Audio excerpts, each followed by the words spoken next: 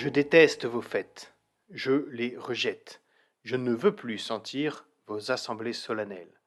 Quand vous me présentez vos holocaustes et vos offrandes, je ne les agrée pas.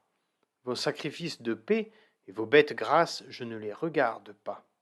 Éloigne de moi le tumulte de tes chants. Je n'écoute pas le son de tes luttes. Mais que l'équité coule comme de l'eau, et que la justice comme un torrent intarissable. Ce texte se trouve dans le chapitre 5 du livre du prophète Amos, à partir du verset 21. Et disons-le franchement, cette proclamation de Dieu, ce cri du cœur de notre Père céleste, est pour le moins déroutant. Dieu détesterait-il nos fêtes et nos temps de culte? Dieu rejette-t-il les offrandes que nous lui faisons? Dieu est-il indisposé à l'idée d'entendre nos louanges?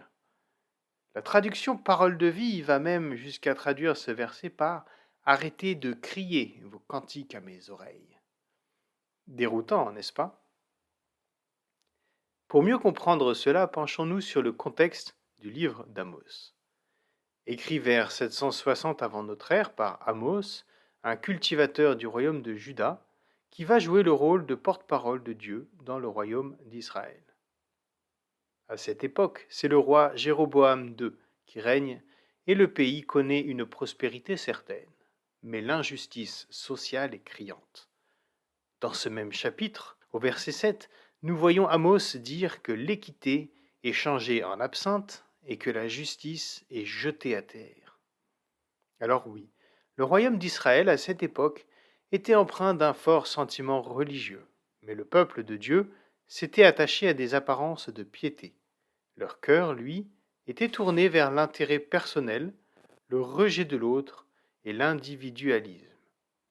Souvent, quand je discute avec des personnes qui ne connaissent pas le quotidien d'un pasteur, je me rends compte combien dans l'imaginaire collectif, les pasteurs ont pour seule responsabilité la préparation d'un temps de culte hebdomadaire.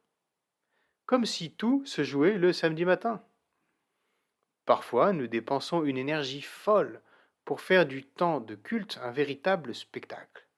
Si cela n'est pas mauvais en soi, et même peut démontrer notre volonté de rendre à Dieu ce qu'il y a de meilleur, il ne faut pas non plus oublier que la vie d'un chrétien, d'une chrétienne, ne se résume pas à aimer Dieu.